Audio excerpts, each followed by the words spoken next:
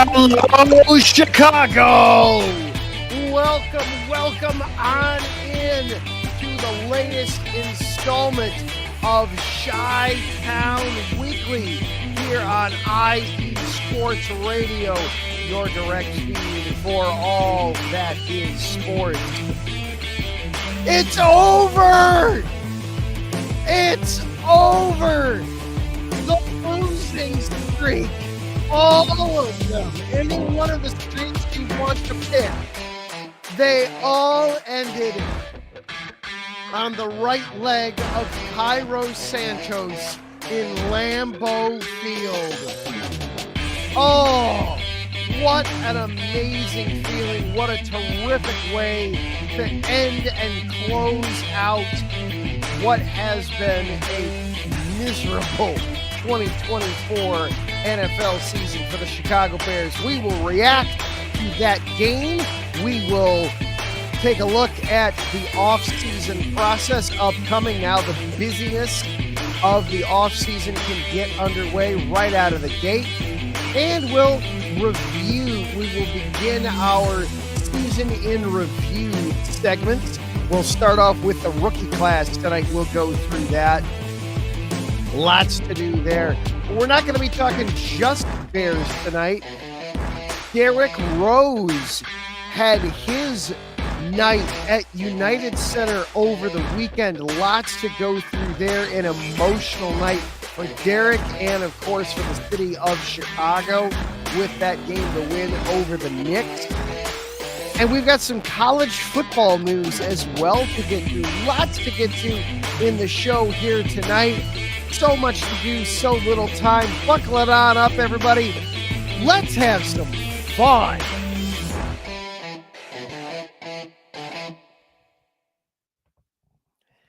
And once again, hello and good evening, everyone. Welcome on in. I am your host, Adam Karnick. You have found your way into Chi-Town Weekly here on IE Sports Radio, your direct feed for all that is sports. Lots to get to in the show tonight. Of course, we are going to be discussing that wonderful victory up at Lambeau Field yesterday by the Bears. Oh my goodness sake. For the first time in 3 months nearly, we can talk about a victory. I know there's mitigating circumstances. I frankly don't care. We get to discuss a win over the rival, a walk-off win that did so many palate cleansing things for the team. Lots to get to there. We're not going to be talking just Bears though tonight. No, we are going to be getting into the Bulls. Derrick Rose had his night at United Center over the weekend as well. We're going to be discussing that, celebrating that, and also the news that Derrick Rose will be having his number 1 retired at some point next season. So we'll be breaking that down and dissecting and discussing that a little bit. And then we've also got some college football news, some shakeup with one of the area teams, and then a championship to celebrate as well. So a lot to get to. We're going to throw to a quick break here from some sponsors. Before we do, though, I will let you know that part of our Bears segment, we are going to be starting our season in review tonight. And I'm going to be starting that off by going over the rookie class, the 5 drafted rookies from this year, and giving a grade for each of them. Let me know in the comments, for those of you watching live, how you would grade out everybody. Not, of course, Caleb Williams, the big one, but Roma Dunze, Kiran Amagaji, Torrey Taylor, and Austin Booker as well. What season grades would you give for each of those players? Hit me up in the chat for everybody watching live tonight on Facebook or YouTube or Twitter. Hit me up. Let me know what grades you would give for each of the Bears rookie class. I will be letting you know how I think they all graded out here in just a couple minutes. But first, a quick word from our sponsors. You are tuned into Chi-Town Weekly on IE Sports Radio, your direct feed for all that is sports. Right back after this.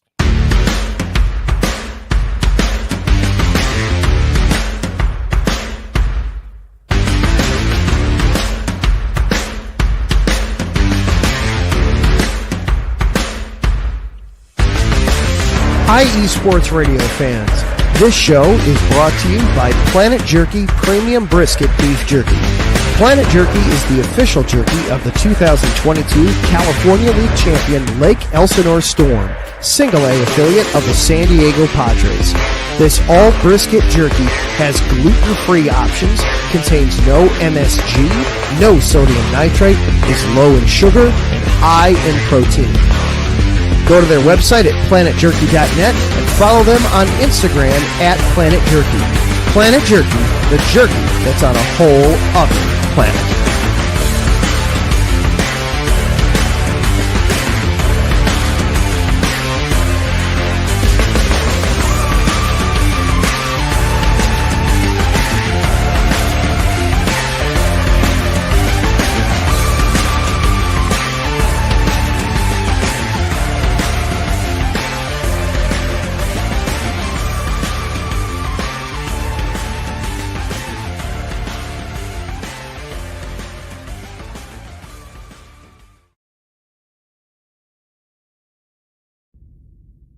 Rise and shine. It's 4 a.m. The stars are still out. The sun is beneath the horizon, but it's time to punch in and go to work. The comfort of your warm-ups turns into the grinding out of your reps as the clinking and the clanking of the plates create a symphony of euphoria. There's no other feeling like it. Earn it, burn it, and take what's yours. IE Sports Radio has proudly partnered with Vital Apparel, a brand that not only fits great, but also promotes and donates to mental health research. Use our code IESR to get 15% off their comfortable and inspiring gym wear and help them on their amazing journey to support mental health. Go hard, take part in your iron therapy, and be strong. Because when your mental health is as strong as you are, there's no telling how far you'll go.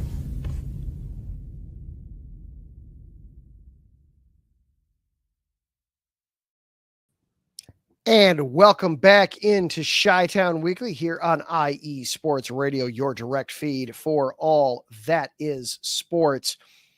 Adam Karnick here, getting in. We are going to kick things off. Of course, I should say before we kick things off, should let everybody know how to follow along. This show is available for you on Twitter. We are at IESRC on Twitter. And then I am also available for you on Twitter. You can follow me personally. I am at Adam_Karnick, or if you can also follow me on Blue Sky, I am at AdamK87. So thank you to everybody tuning in and watching the show live tonight, whether it is over Facebook or YouTube or Twitter. Thank you for tuning in. I want to put a quick note out there. Hold on just a second. Tried to get it in during the ad break there, but had too many to put out at once. So just putting a quick drop out there for everybody. And I see the chat room is buzzing already. We got lots of stuff going on in there. If you are watching the show live tonight over Facebook or YouTube or Twitter, hop on in. Have some fun back and forth. We've got Taryn Rodriguez. I saw Ralph Calise. Wes Trueblood is in there. Hop on in, say hello to everybody. I also want to hear from you. Part of what I'm going to be doing here in the Bears segment tonight is I am going to be grading each and every one of the 5 rookie draft picks from this class. And I want to hear from you. How would you grade all the rookies this season? Not just Caleb, not just Rome, not just the big guys, but all 5 of them. How would you grade them out? I want to hear from you guys as well. So you can drop on in and have some fun in the chat. Ralph Calise, good evening, Adam. Wes, this is everything I'm feeling right here in one spot. A Packers loss? Nothing is better than that. Unless the Bears are the ones who beat them. Oh, wait, that's what happened. That was the wonderful, wonderful thing there. And then Ralph chiming in, wondering, is it a relief that the season is over and now that the organization can move on? We will get to that here in a little bit. Taryn Rodriguez also saying good evening, and then Rick Keeler as well. Good evening. Happy coach searching. Yes, we will dive a little bit into that as well. But the Bears won a game yesterday. It has been almost 3 months since we've been able to celebrate a victory Monday here on the show. So I know that it was the final game of the season. I know that in a lot of ways it really doesn't matter. It meant far more to the Bears than it did to the Packers. Even had the Packers won, they would have still wound up in the 7th seed. So it didn't affect them in any way, shape, form, or fashion. Yada, yada, yada, blah, blah, blah. I don't care. The Bears won. It felt so good to see that field goal go in. All of the streaks ended at once. The 20 consecutive road losses on a Sunday, that streak is done.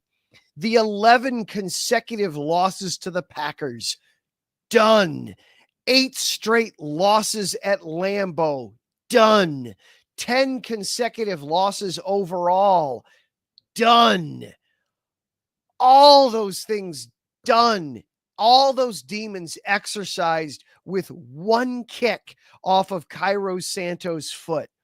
And it was palpable with the team too. You could see the weight lift off of their shoulders, that they could finally exhale and feel good about themselves and what they did.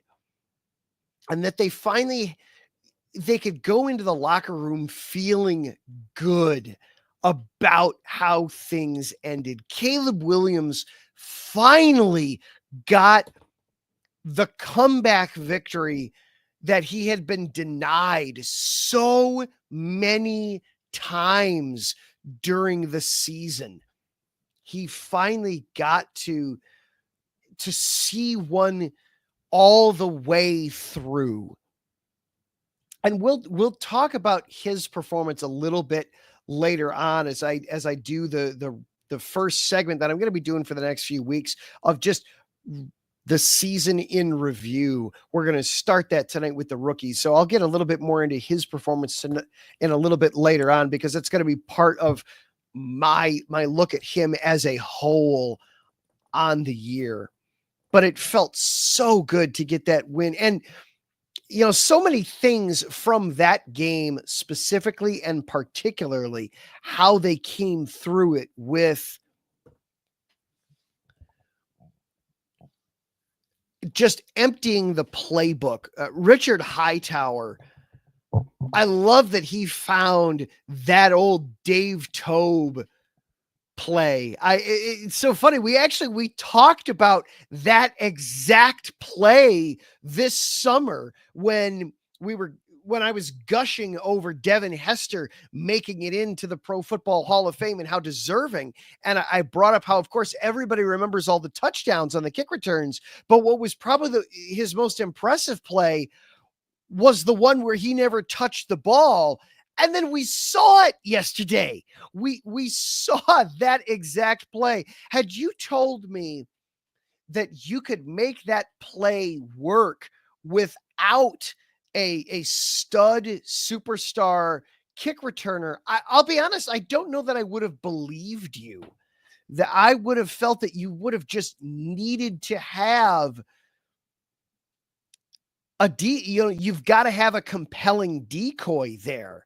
And, DJ Moore, he's never gone back to return a punt before that I can think of with the Bears. So having him back there, it certainly alerted the Packers that something was up, but they fell for it hook, line and sinker, and especially how Rick Bisaccia made such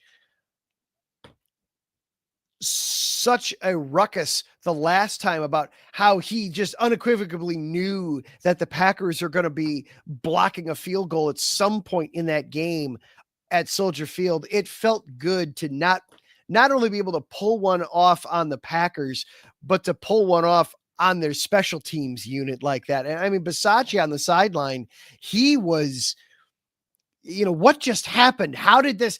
Oh, what calamity just befell us? My goodness. So to start there and then, to be playing from the lead the whole way right up until the very end, we saw yet again how, they came so close to not closing the door when DJ fumbled the ball on yet another bubble screen to a wide receiver. We've got to stop that. We've got to put a moratorium on bubble screens, I think, for several years with this team. We just no more bubble screens, at least not until we can set the standard and say that you can give it a chance by creating a legitimate medium to deep threats, so that you're not just seeing everybody live at the line of scrimmage. That'll lead us into what's up next now. Now the season is done. Congratulations to Thomas Brown.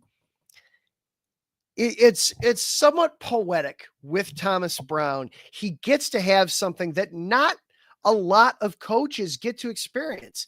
He got to win in his last game at head coach. And I know that they're going to interview him, and they absolutely should interview him as they are now going through a lot more vehemently and aggressively doing their coaching search. They absolutely should talk to Thomas Brown. I would not in any way expect Thomas Brown to wind up as the head coach. Maybe he'll end up on the staff. And I would be okay with that. If he were to end up on the coaching staff, that'd be just fine with me. I like Thomas Brown as an assistant. I think he still has a ways to go before he can get to be the head man. But to keep him around and to in an off season that's going to prove to have a lot of ups and downs and twists and turns and a lot of change for Caleb Williams, to keep somebody that can be that familiar face, that familiar voice in the room, even if it's as a passing game coordinator or an offensive assistant in some regard, or even as an offensive coordinator, who knows, to keep that there. I think there is value and benefit to that. I also think that absolutely unequivocally, whomever the next head coach is, they deserve the autonomy to select their staff. And chances are, whomever the Bears pick, that person already has staff members in mind certainly for key spots. So it wouldn't surprise me at all if Thomas Brown winds up on the outside looking into Hallis Hall. And I think he knew that too. His address to the players yesterday, he gave them kind of a farewell. He gave them a goodbye speech yesterday. So I think he sees the writing on the wall too. But we are getting ahead of ourselves a little bit. We talked last week about what the process of this will look like, and we got a little bit of clarity on that today. The Bears will have their end of season press conference tomorrow morning. It'll be at 10 o'clock tomorrow morning. And it's going to be Ryan Poles at the head of the room. George McCaskey is going to be there. Kevin Warren is going to be in there, but both of them are going to be off to the side. It is going to be Ryan Poles up front by himself leading the press conference. Ryan Poles, that tells us two things. One, Poles is going to be here. I know a lot of people have made the case or wished that Ryan Poles be the next head to get chopped off at Hallis Hall. That's not going to happen. They're not going to let Ryan Poles go up there and lead a press conference with George and Kevin in the room and then turn around and fire him. They, if nothing else, they learned from that mistake of getting rid of Eberflus. Don't let the guy that you might fire hold a press conference right beforehand. They've at least learned that lesson. So it's going to be Ryan Poles heading this. So Ryan Poles is going to be a significant part of this head coaching search. I still, at the end of the day, I still think it's going to be Kevin Warren that ultimately makes the hire, though we're going to get some, I'm sure that's going to get asked tomorrow, and we're going to get some clarity on that tomorrow. That's going to be a great question to be asked tomorrow. And I know it'll come up, but we'll get some more clarity on that. We're starting to see some names trickle in.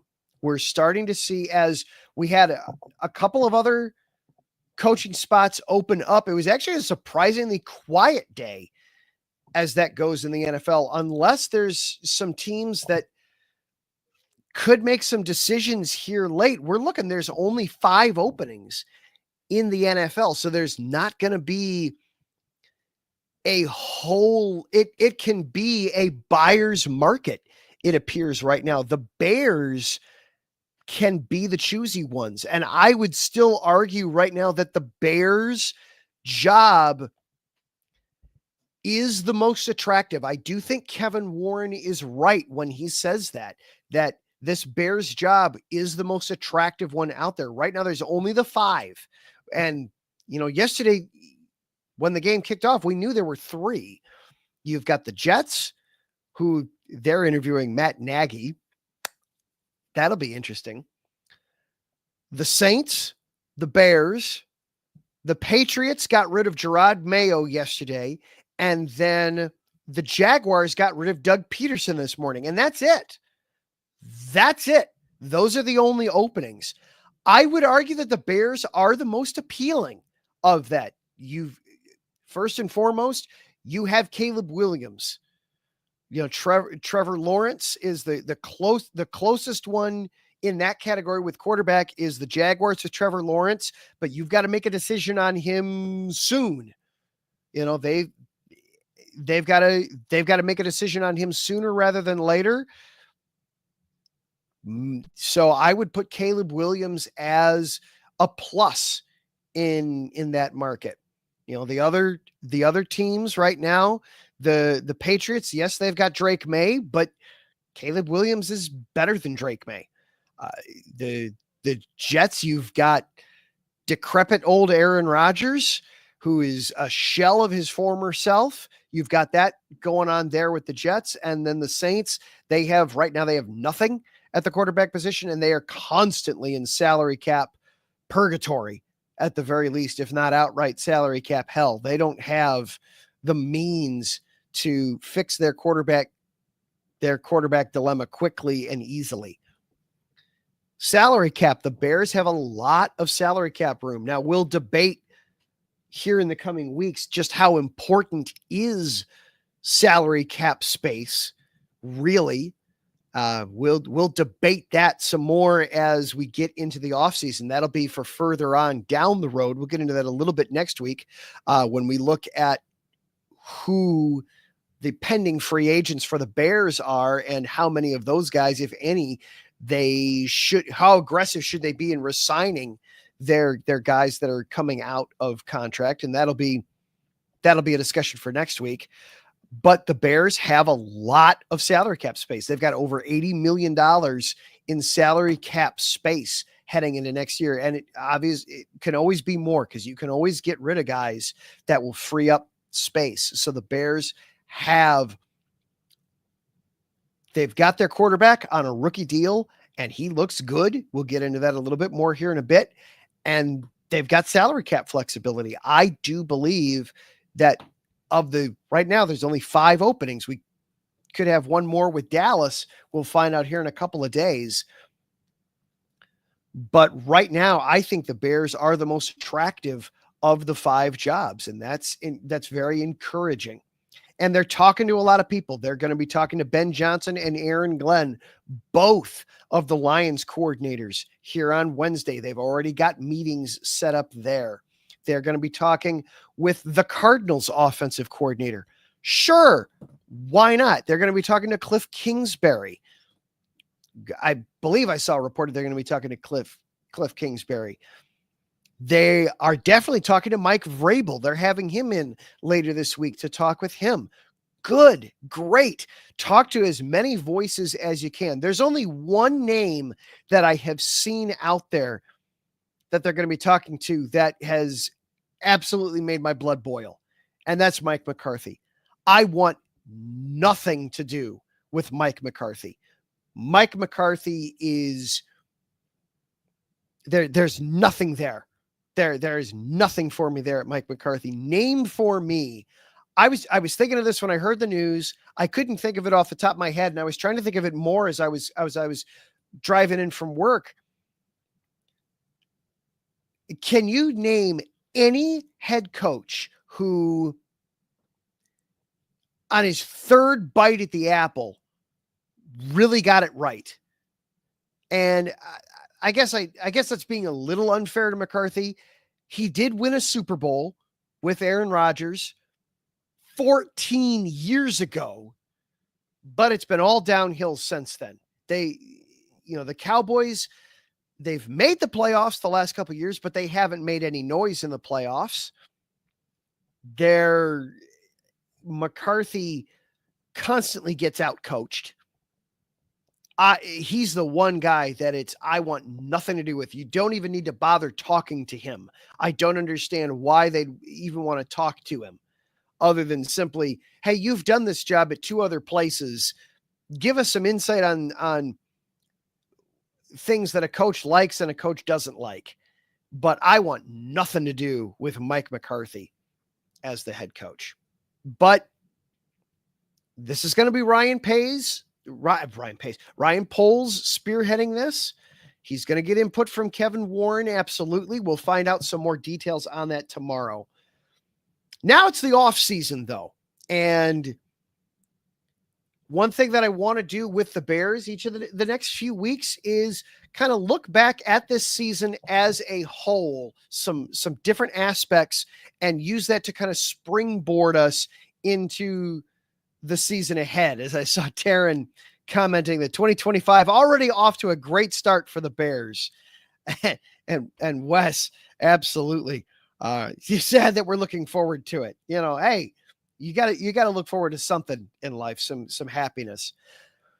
So I want to go back with this, and the first part that I wanted to do with this season as we kind of review it on the whole is some rookie grades. Some rookie grades for the Bears, and we're going to go through, and I want to see how you guys do too, what you guys think of the Bears rookies. And I see Wes has given me some grades in here. We're going to start off the last guy that was picked, Austin Booker. And on the one hand,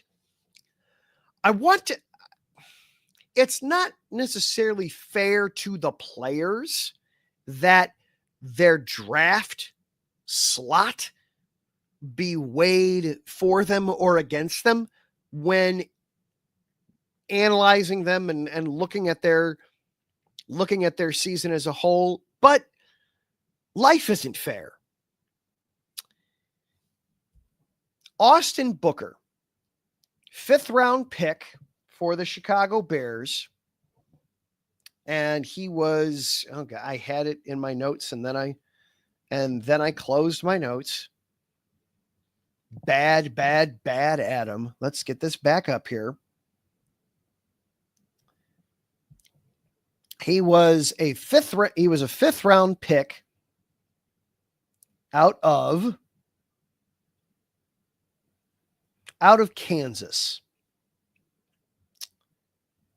And the Bears traded back into the draft. And remember, they were out of draft picks completely when they traded future capital to move back into the draft and take Austin Booker.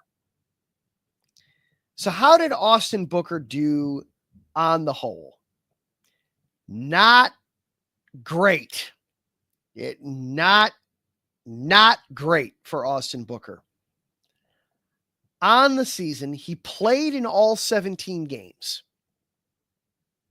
21 tackles, 14 of them solo, 7 assists, 1.5 sacks. That's from ESPN. Not great.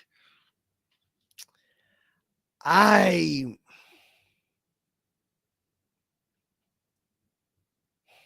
hate to have the first grade I give out be a failing grade, be an F, but you traded back in to the draft to take this kid, and it wasn't like the Bears were loaded with pass rushers. You had Montez Sweat, and then you were desperate to find anybody else to be opposite him to take advantage of, more often than not, getting single coverage.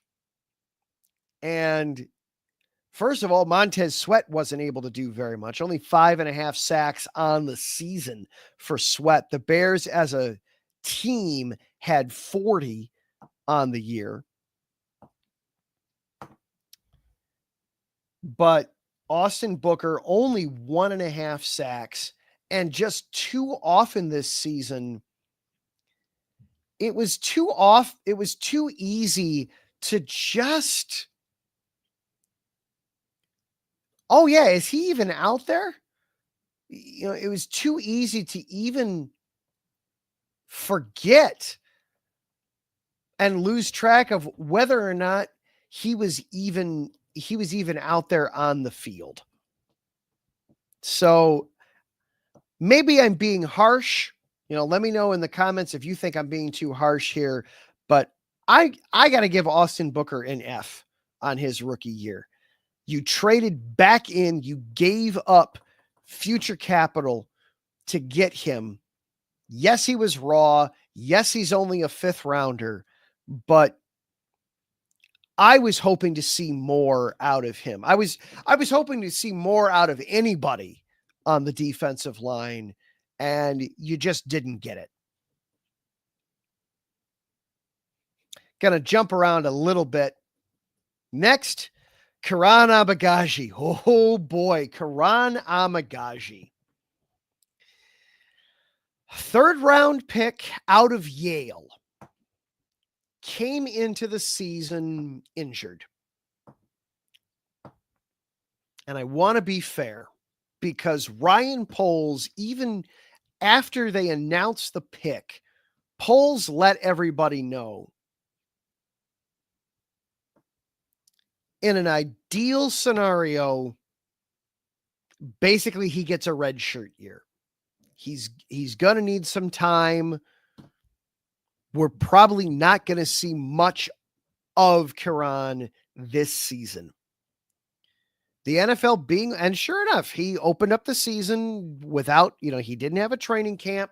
He started off, I'm not sure if he was on the PUP list or if he was on, or how exactly he was designated, but he started off not on the active roster to open the season. After the bye week, they activated him, and he wound up seeing playing time right away in his first official game as a pro. He was active. He wound up seeing the field against Washington. He struggled in that first endeavor, and then he got banged up. So he went back off the active roster. And then he had that start on Monday Night Football against the Vikings. Ooh, boy, that was a rough start. That was rough. All those penalties, the multiple times that he was getting blown by, just absolutely eaten up by defenders. I'm not going to be as harsh on him as I was on Austin Booker, simply because you knew going in that, all right, this guy's, especially he's coming from the FCS, he's coming from Yale, he's banged up. You probably shouldn't expect much from him this season. C- for Karan Amagaji, and I feel like I'm being even a little generous there by giving it as high as a C-. Wes gives Amagaji a straight C there for the grade for Karan Amagaji. I'm going to go a C-, and I feel like I might actually be being a little generous in giving him that. Tory Taylor, punter out of Iowa, 4th round pick. You don't often see punters get drafted at all. You really don't see them get drafted in the 4th round very often. But Tory Taylor had himself a phenomenal season. You can understand why they made him a priority. His numbers for the season, 82 punts. He averaged 47.5 yards per punt. He had a long of 68. On 82 punts, only 4 touchbacks, 4.88 touchback percentage. 34 of his 82 punts landed inside the 20.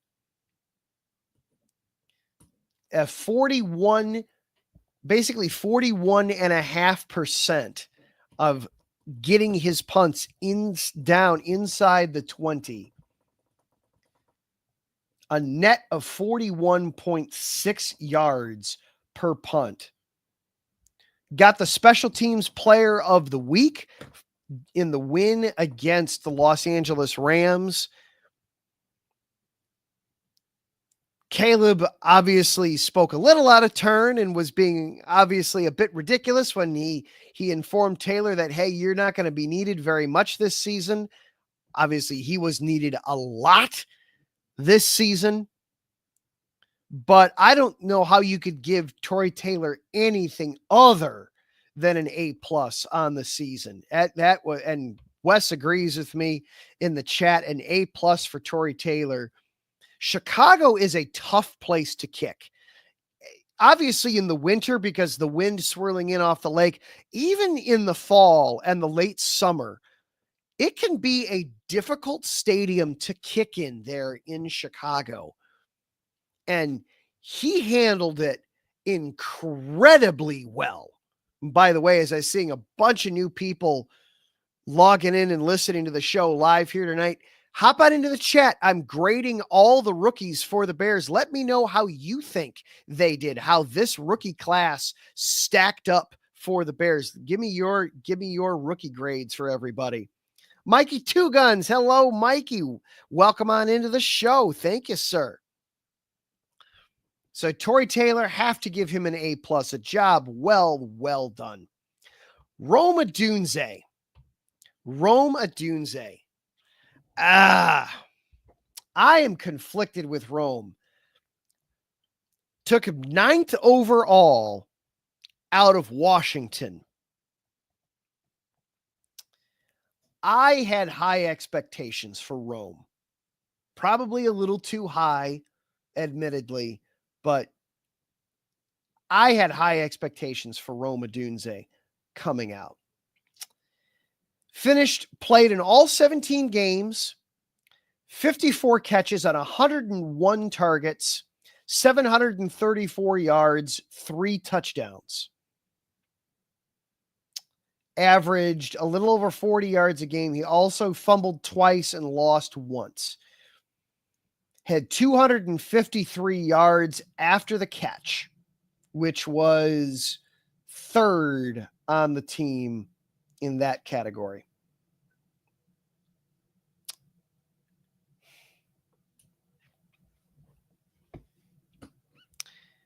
He was a fine third wide receiver.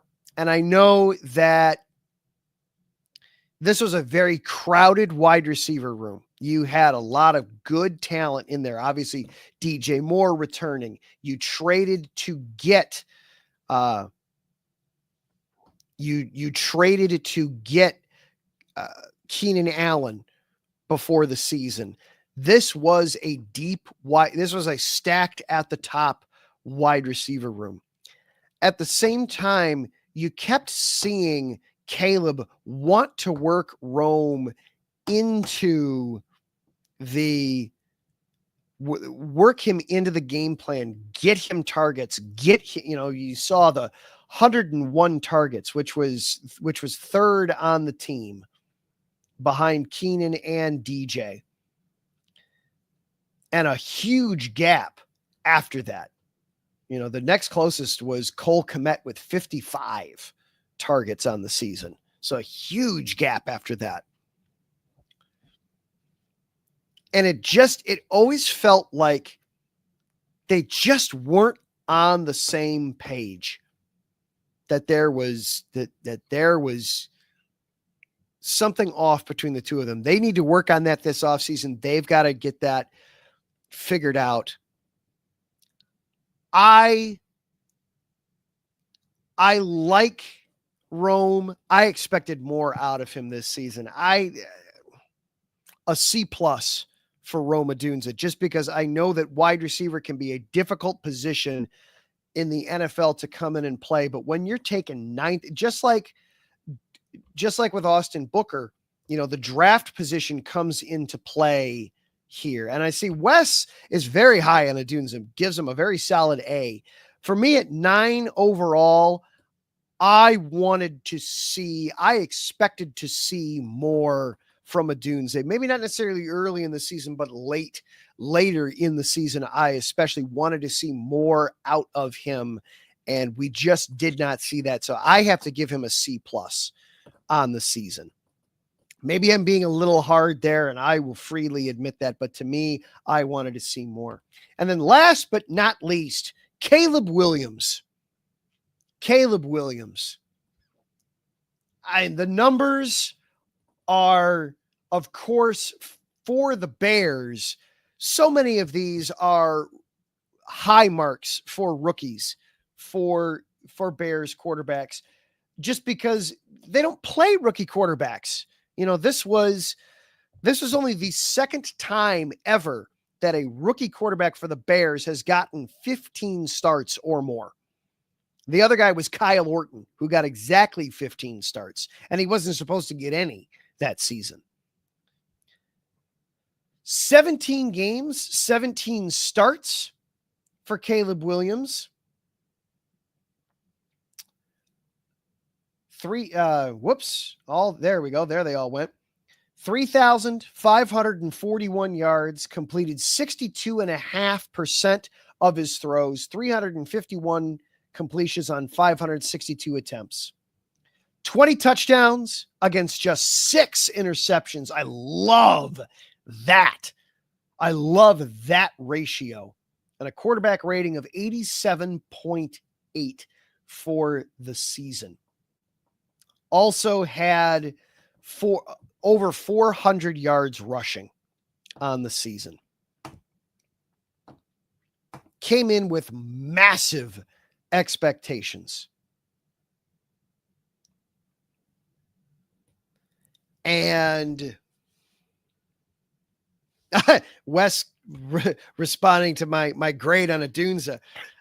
I like I said, I will freely admit that I'm probably being a little harsh on Rome, but at 9 overall, I wanted to see more. You saw some splashes, but there were just too many times with Rome where he disappeared, where he just absolutely disappeared from the game. And for a top 10 pick, I don't like seeing that, even in a rookie. even with a crowded receiver room. For Caleb Williams, though, it has to be an A for me. It has to be. And I see that Wes is agreeing with me there. An A for Caleb Williams. It has to be an A for Caleb Williams. You had through all the turmoil of the season, don't discount the fact that he started every single game. That's the first time a Bears quarterback has done that in 15 years. Jay Cutler in his first season, way back in 2009. That's the last time a Bears quarterback has done that. And the last time a Bears quarterback did it before that, I'd have to look it up. I do not know. I know you've got to go back a long ways, though, to see a quarterback start every single game in the season. It has not happened a lot. With the Bears, it's more often than not, they're starting 3 or 4 guys in the span of a season rather than just one guy week in and week out. My goal for Caleb this season was I wanted week 18 to be noticeably better than week 1. The numbers yesterday, and then he gave us a very weak, a very poor week 1. So that made it a fairly easy hurdle to climb over there. Caleb's numbers from yesterday, the yardage doesn't pop out at you. 148 yards on 29 attempts. A quarterback rating of 95.2. That's, as I'm doing the math real quickly. Whoops, as my calculator is doing all kinds of flips and tricks on me. That's an average of only 5 yards an attempt yesterday. You've got to do more than that. You've got to stretch the field more. And that's what I want to see from whomever the next head coach is. I see Mikey's asking about Ben Johnson. And I'll get to that here in a moment.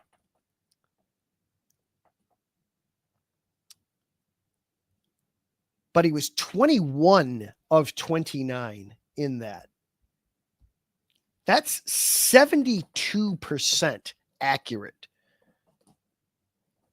And a big thing for me, that final throw, not counting the spike, he had 3 throwaways to avoid a sack plus a spike yesterday to set up the field goal. You take those 4 passes out, he only actually attempted, that's 25 passes were actually intended to be caught by a wide receiver. So really, that's 84% of your passes being caught. That's really good. That's outstanding. But the play before that to DJ Moore to set up the field goal, the Bears had a call to the sideline.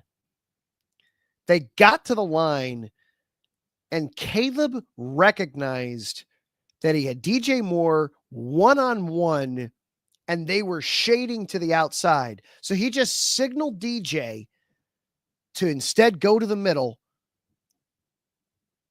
and he connected in time, on target, in rhythm, and they were able to get into field goal range and get the ball clocked and spiked in time to even attempt the field goal. That's growth. That's outstanding growth by a rookie quarterback. That's what you wanted to see.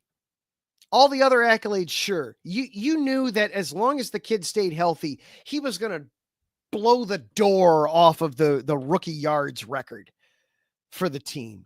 You knew that he was going to set the team touchdown record. You knew that he was going to, a lot of the numbers just based on being out there and playing. He was going to set those marks simply because he was going to be out there playing. But you saw growth. And Caleb and Mikey's asking, what was Caleb Williams' biggest strength, his biggest weakness? Biggest strength, his tenacity, he would get knocked down and he would get back up. And you saw growth throughout the season from him. That last play to DJ Moore is just a perfect example there. You can go to a lot of physical traits. He can fit the ball into any window he wants to. His weakness, he's got to learn how to climb the pocket in the NFL. That when the pocket, when protection breaks down, it can't just be to get out of the pocket and go left or right. That sometimes the correct way is to step up into the pocket so that as it's collapsing, they're collapsing behind you and you can still get off a throw. He took too many sacks this season. Absolutely he did. And he admitted that himself. Some of that's on his line. Absolutely some of that's on his line. But that is something he needs to work on. And I think he will. He now gets to have an entire off season to work on being the Bears quarterback. This time a year ago, he was having to get ready for his pro day and whatever he was going to be doing at the combine, interviews and light workouts and the things to impress scouts. Now he can just work on being the Chicago Bears quarterback. And once they get a head coach in here, he can start working with that guy and digesting and learning that offense. Mikey asking, do the guys in the locker room like him? Absolutely. He's a team captain. They have high praise for him. They have high praise for him. So I give him a solid A on the season. All right. We're going to take ourselves a very quick little break, and then we are going to dive into some other Chicago sports stuff. Derrick Rose was in town over the weekend, and it was a celebration at United Center. We will discuss that next here on Chi-Town Weekly, part of IE Sports Radio, your direct feed for all that is sports. We'll be right back after this.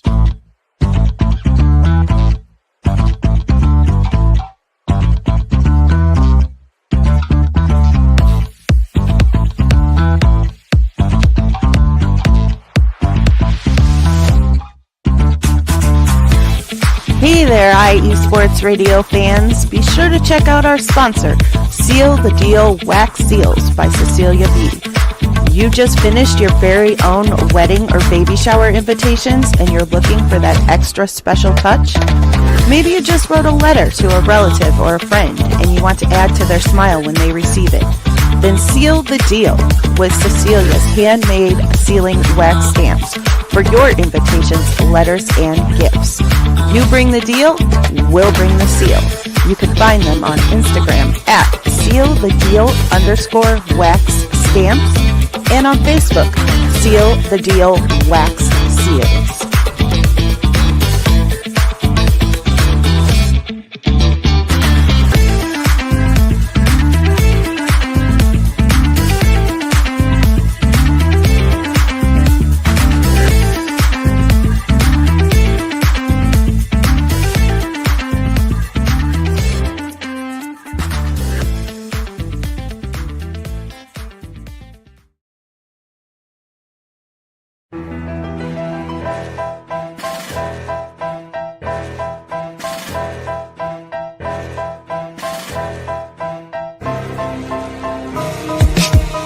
For the last 10 years, IE Sports Radio has been bringing you amazing content ranging from interviewing legendary athletes, coaches, and other authorized media personnel to building tailor-made shows dedicated to all major sports cities around the country. Make sure to follow us at IE Sports Radio on X, Instagram, Facebook, TikTok, and YouTube to keep up with the latest in sports and with all of our shows. Also, make sure to check out our daily updated website at iesportsradio.com. At iSportsRadio.com, you can see our daily show schedule and check out all of our show pages with personal bios to learn a little bit more about each of our awesome hosts. In addition to our show pages, you can catch the iSports Radio blog, Hall of Fame, Fans of the Month page, and our merchandise shop, including t-shirts, tank tops, caps, long sleeves, hoodies, and more. For now over a decade here at iSports Radio, we've continued to be by the fans, for the fans, and we thank you all for your support and for making iSports Radio your direct feed for all that is sports.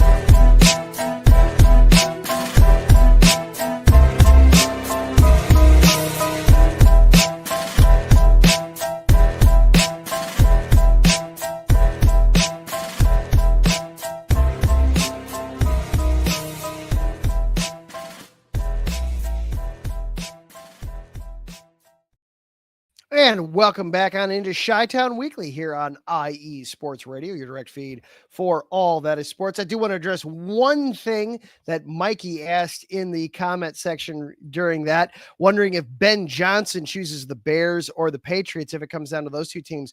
I feel like Mike Vrabel is the shoe-in, obvious A1 candidate there in New England.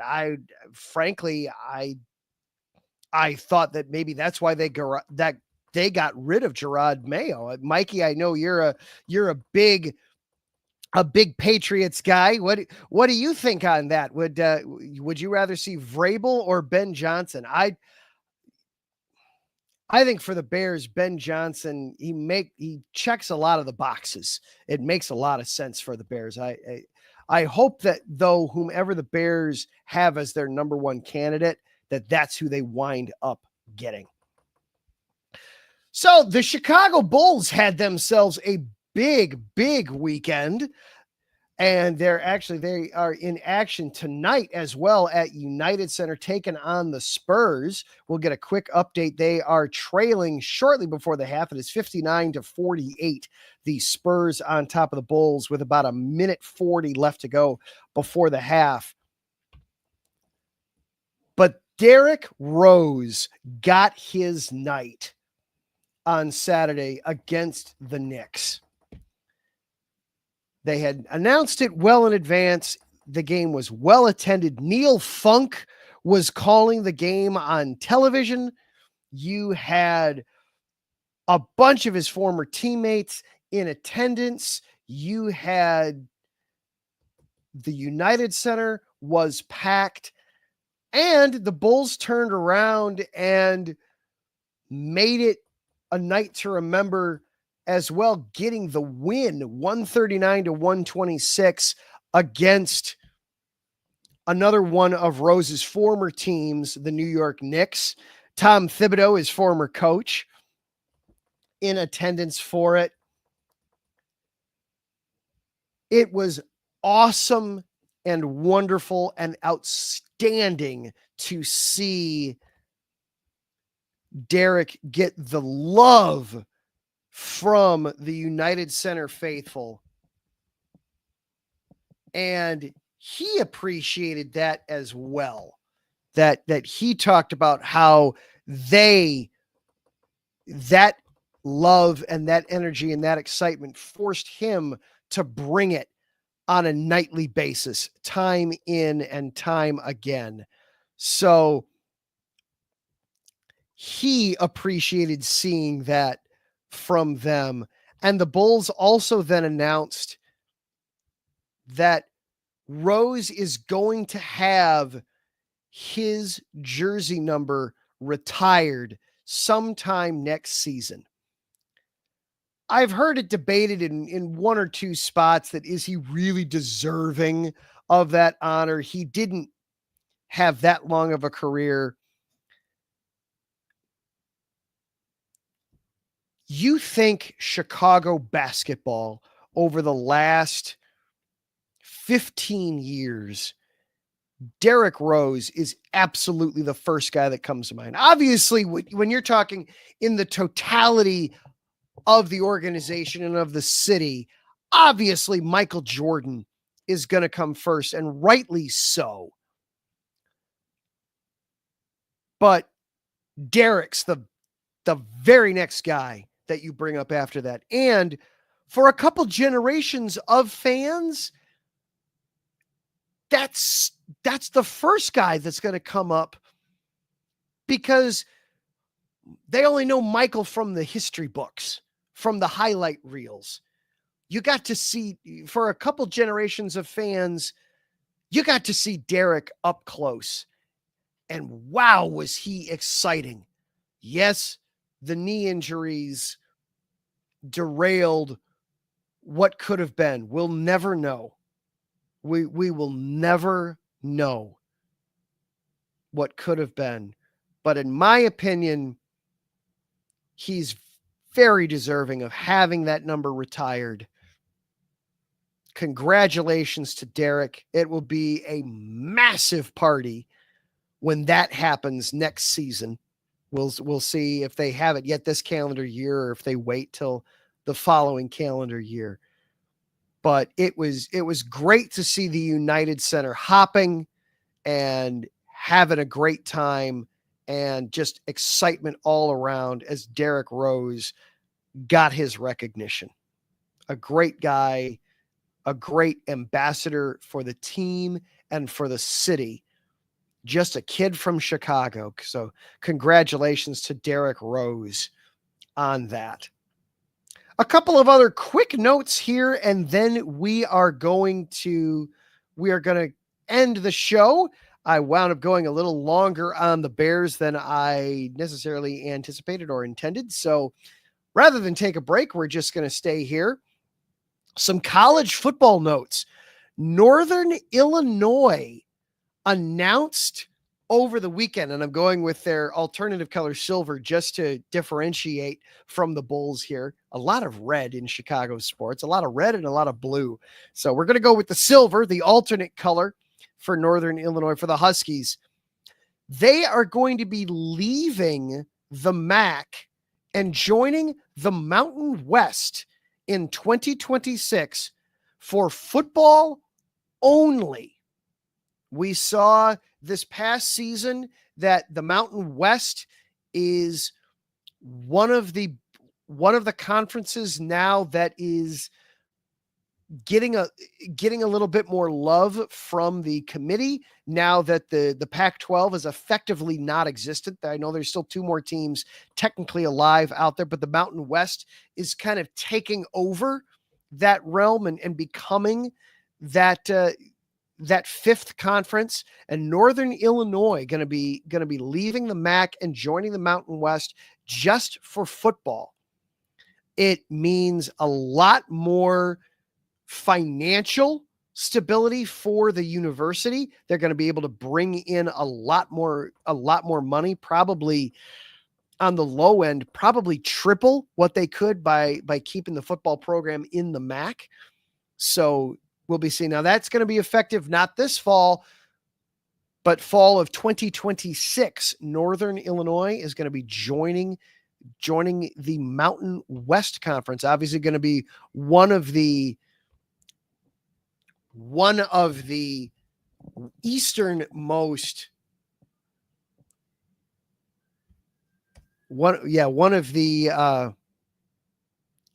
easternmost universities in the Mountain West. And then lastly, one other college football note here as well.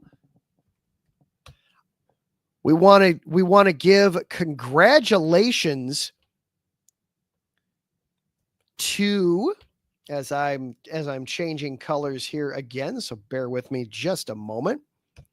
We're going to go to another red, another reason I really wanted to do the Northern Illinois in silver. Congratulations to the North Central Cardinals for winning the Division III national championship, the Stagg Bowl champions. In Division III, the North Central Cardinals won the Stagg Bowl over the weekend. It was, I believe the game was last night, defeating Mount Union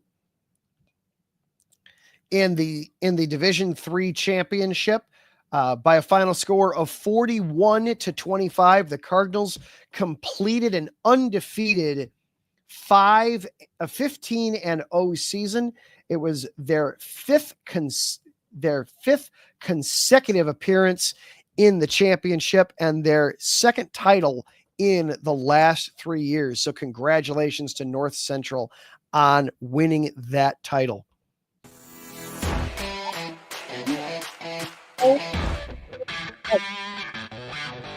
Shout out and thank you to our sponsors, Planet Jerky Premium Brisket Beef Jerky, the jerky that is on a whole other planet. Please go to planetjerky.net to place your order, and you can follow them on Instagram at Planet Jerky.